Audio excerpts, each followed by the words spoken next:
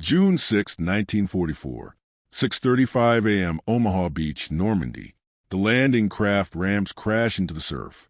American soldiers pour into waist-deep water, expecting rifle fire, mortars, maybe a few machine guns. Instead, they hear something they've never heard before. A deep metallic roar erupts from the bluffs above the beach. Not bursts, not pauses, just one relentless scream that tears across the shoreline like a giant industrial saw.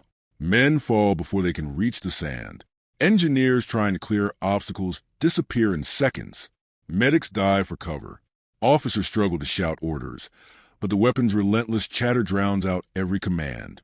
The soldiers give it a name they will never forget: Hitler's buzzsaw.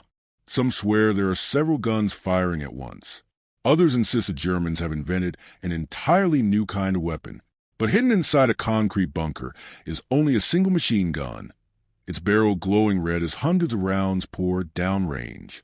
By every rule military engineers understand, the gun should already be useless. Machine gun barrels warp under extreme heat. Accuracy vanishes. Steel weakens. Eventually, the weapon destroys itself. Yet, this one keeps firing. When the barrel finally reaches its limit, the German gunner doesn't dismantle the weapon or retreat. In one practice motion, he unlocks the side of the receiver, pulls out the blistering hot barrel, slides in a fresh one, slams the cover shut, and resumes firing. The entire process takes only seconds. The stream of bullets never seems to stop. To the men trapped on the beach, it feels impossible, as though the weapon can fire forever. After the battle, Allied engineers examine, capture examples of the weapon. What they discover leaves a lasting impression. The gun isn't simply faster than almost every machine gun they have faced.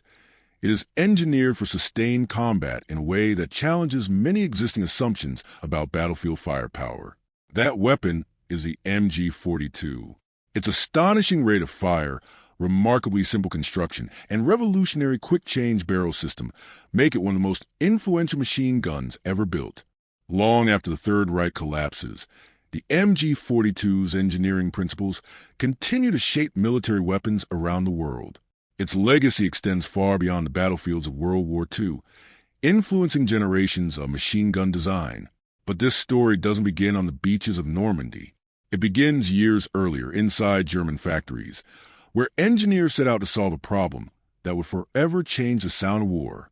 The story of the MG42 begins long before Allied troops call it Hitler's buzzsaw. It begins with a problem. In the late 1930s, Germany is preparing for a kind of war unlike any the world has seen. Military planners expect battles to move fast. Infantry units will have to advance over great distances, often without immediate artillery or armored support. To survive, every squad needs overwhelming firepower.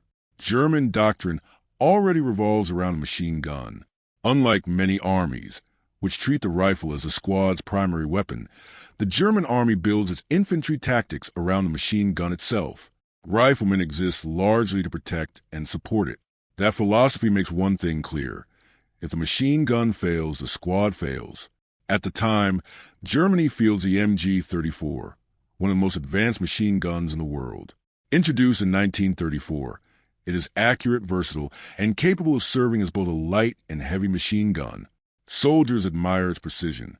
Engineers praise its craftsmanship. But there's a problem. Actually, several. The MG34 is expensive to manufacture. Every receiver requires extensive machining from solid steel. Skilled workers spend hours shaping, polishing, and fitting components together with remarkable precision. The weapon performs beautifully under ideal conditions, but those same tight tolerances become a weakness in combat. Dust from North Africa, mud from Poland, snow from the Soviet Union. Every battlefield introduces dirt into the mechanism. Even tiny particles can slow the gun or cause stoppages. Cleaning becomes constant. Repairs require trained armorers. Replacement parts demand precision fitting. As Germany expands a war across Europe, factories struggle to keep pace with the army's growing demand. By 1939, one conclusion becomes unavoidable. Germany does not simply need another machine gun. It needs an entirely new way of building one. Instead of creating a weapon that is merely more accurate, Engineers receive a different challenge. Make it faster, make it cheaper, make it simpler, and above all, make it reliable. Responsibility for solving that problem falls to Metal UND Lacquer and Fabrik Johannes Grossfuss AG, a factory in Dobeln, Saxony.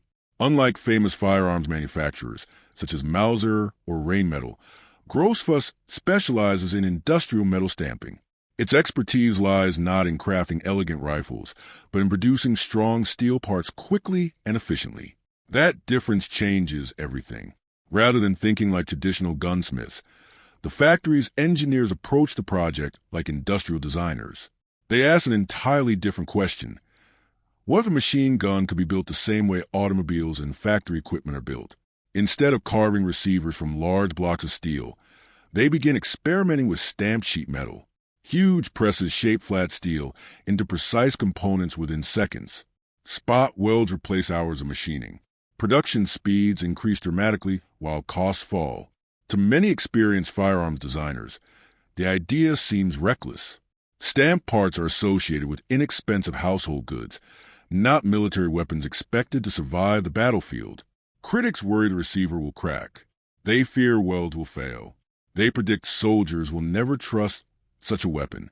The engineers continue anyway. One prototype after another emerges from the factory floor. Some fail immediately.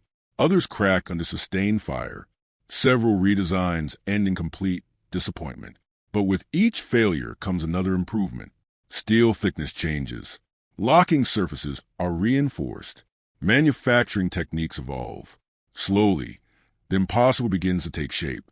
The weapon also adopts a recoil-operated roller locking system refined from earlier German designs. Instead of relying on complex gas mechanisms, the action uses the energy generated by recoil itself. Fewer moving parts mean fewer opportunities for failure. The design remains surprisingly robust despite its simplicity. Then comes a feature that will define the weapon forever: rate of fire.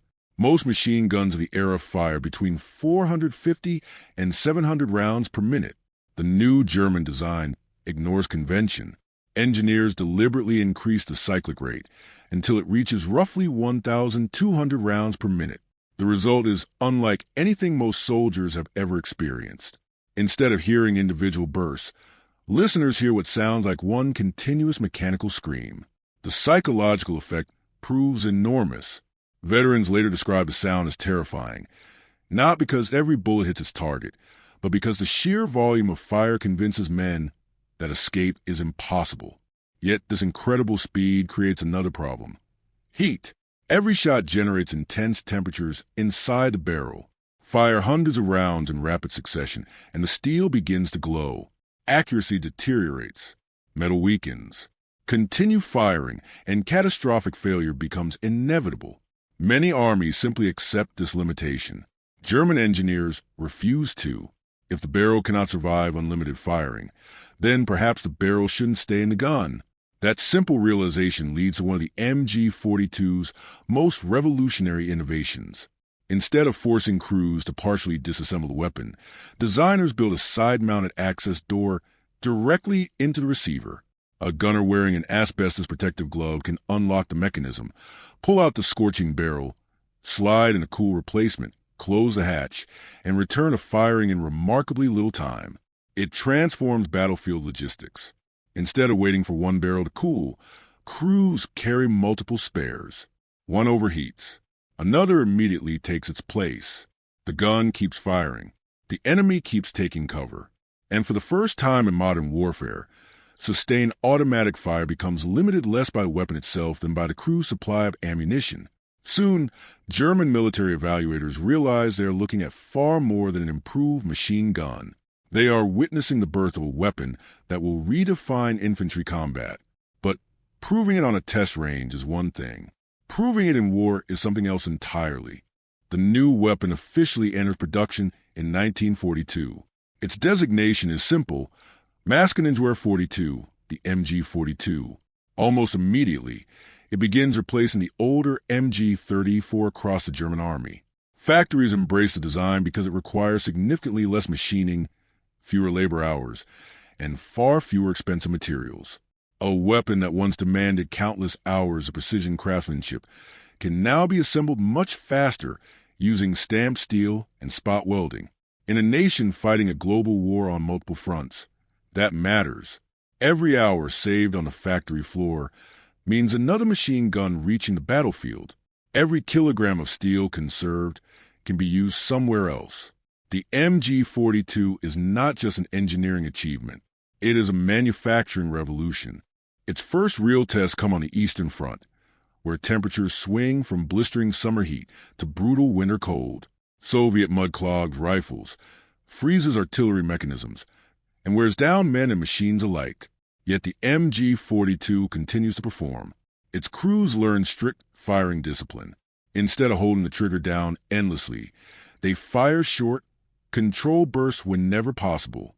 When sustained fire becomes necessary, the assistant gunner watches the barrel closely. As soon as overheating becomes a risk, he reaches for a fresh spare. The exchange becomes almost instinctive. Open the side hatch, twist, pull, insert, lock. Within seconds, the gun is firing again. To Allied soldiers encountering the weapon for the first time, it seems almost supernatural. American and British machine guns frequently pause as barrels heat or crews reload. The MG42 appears to have no such weakness. The interruptions are so brief that many soldiers never notice them. Instead, they hear an uninterrupted wall of sound. That sound earns the weapon its most famous nickname, Hitler's buzzsaw. Veterans describe it as unlike any other firearm on the battlefield. The rapid cyclic rate blends individual shots into a harsh ripping noise, more like industrial machinery than a conventional gun. The psychological effect is immediate. Infantrymen instinctively hug the ground. Advances slow to a crawl. Even experienced soldiers hesitate before crossing open terrain swept by an MG42. German doctrine exploits that fear perfectly. Each infantry squad is built around the machine gun. Riflemen protect its flanks, carry extra ammunition, and defend the gun crew while the MG42 dominates the battlefield. Rather than the machine gun supporting the riflemen support the machine gun. Everything revolves around keeping it firing. One well-positioned MG42 can pin down an attacking force many times its size. Nowhere is that more evident than on D-Day. On June 6, 1944, thousands of Allied troops stormed the beaches of Normandy. Along the bluffs overlooking Omaha Beach, German defenders wait inside reinforced bunkers, trenches, and fortified strongpoints. When the first landing craft reached shore, many of those defensive positions opened fire with MG42s. The weapon's blistering rate of fire turns narrow stretches of sand into deadly killing zones. Engineers attempting to clear obstacles become exposed. Medics struggle to reach the wounded. Entire assault waves are forced to seek whatever cover they can find. Although artillery, mortars, mines, and other weapons also inflict devastating casualties, the MG42 becomes one of the defining sounds of the battle. For countless veterans, that sound remains unforgettable for the rest of their lives. Yet despite its fearsome reputation, the MG42 is not perfect. Its incredible firing speed comes with an obvious cost. Ammunition disappears at an astonishing rate. A single gun can empty hundreds of rounds in moments if fired carelessly. That means assistant gunners must constantly feed fresh ammunition belts, while additional crew members haul heavy boxes of cartridges across dangerous terrain. Logistics become just as important as marksmanship. Without ammunition, even the most advanced machine gun is little more than a piece of steel. Another challenge is control. The weapon's recoil and high cyclic rate demand disciplined, well-trained crews. New recruits quickly learn that holding the trigger too long wastes ammunition and overheats barrels unnecessarily. German instructors emphasize short bursts, careful aiming, and teamwork above all else. The MG42 rewards skill. It punishes carelessness. As the war turns against Germany, Allied engineers study every captured example they can find. The conclusions are striking. The weapon is simpler than expected, cheaper than expected, and far easier to manufacture than many Allied analysts initially believe. Its use of stamped steel, welded construction, and efficient production methods influences weapons designers far beyond Germany. When the war ends in 1945, the Third Reich collapses. The MG42 does not.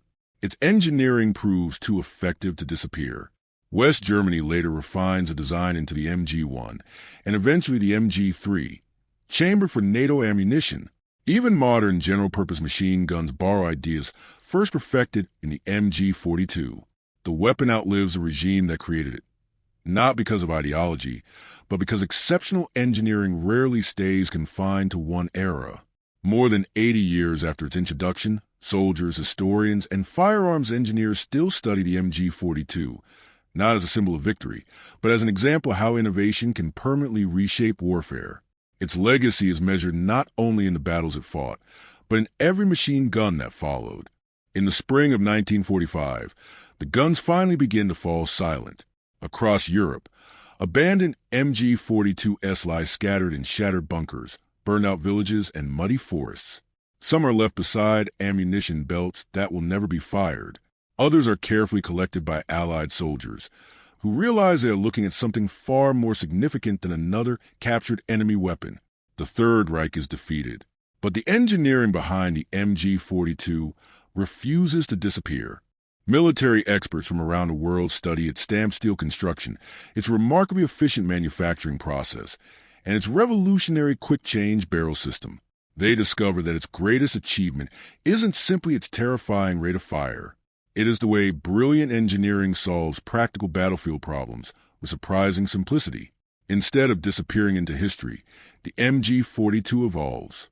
West Germany adapts it into the MG1, and later the MG3, chambered for NATO ammunition.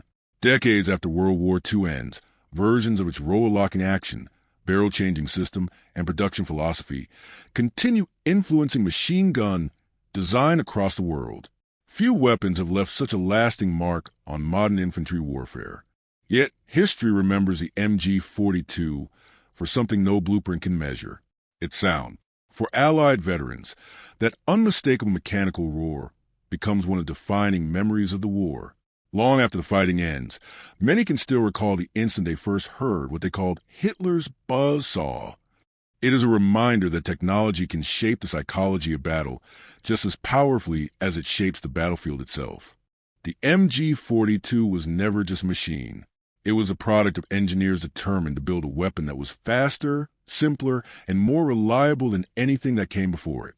Their innovations changed not only how machine guns were made, but how wars were fought. History often celebrates the generals who command armies and the soldiers who charge into battle. But sometimes the course of war is changed by the people standing behind factory machines, drafting tables and engineering blueprints. The battles end, the empires fall, but extraordinary engineering can echo across generations, long after the last shot is fired.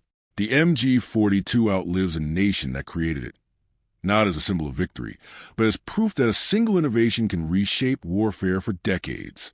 Its legacy is measured not only by the battles it fought, but by every machine gun that followed, ensuring that the sound first heard on the battlefields of World War II continues to echo through military history.